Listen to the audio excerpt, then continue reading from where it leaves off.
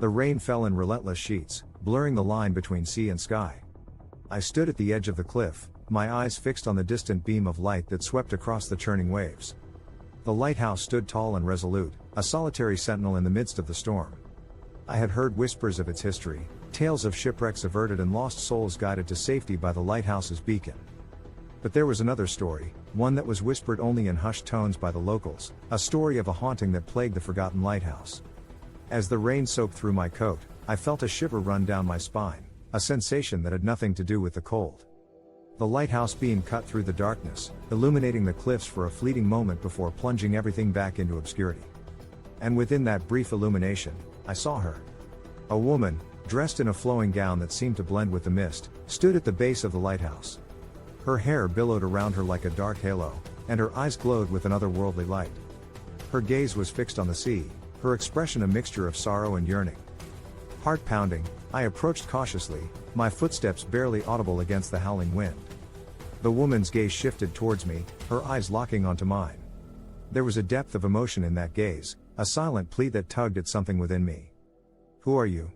I called out above the storm, my voice carried away by the wind. Her lips moved, but no sound emerged. Instead, a mournful melody filled the air, the haunting notes intertwining with the raindrops that pelted the ground. It was as though the very elements of the storm were dancing to her tune. I stepped closer, drawn to the enigmatic figure before me. The woman's gaze held mine, and I could feel the weight of her story, the tragedy that had bound her to this place. The melody swelled, rising to a crescendo, and in that moment, I felt a connection, a bridge between our worlds.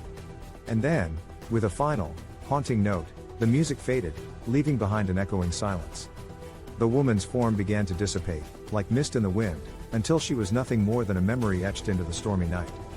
I stood there, rain-soaked and breathless, the lighthouse beam now a solitary guide against the darkness. The storm began to wane, the rain easing into a drizzle, and the first light of dawn painted the horizon in soft pastel hues. As I turned to leave, a feeling of peace settled over me, as though the woman's spirit had found the release it sought. The lighthouse stood silent once more, its beacon a symbol of hope that transcended both the living and the spectral. And so, I left the Forgotten Lighthouse behind, carrying with me the memory of a haunting encounter that had forever changed my perception of the line between this world and the next.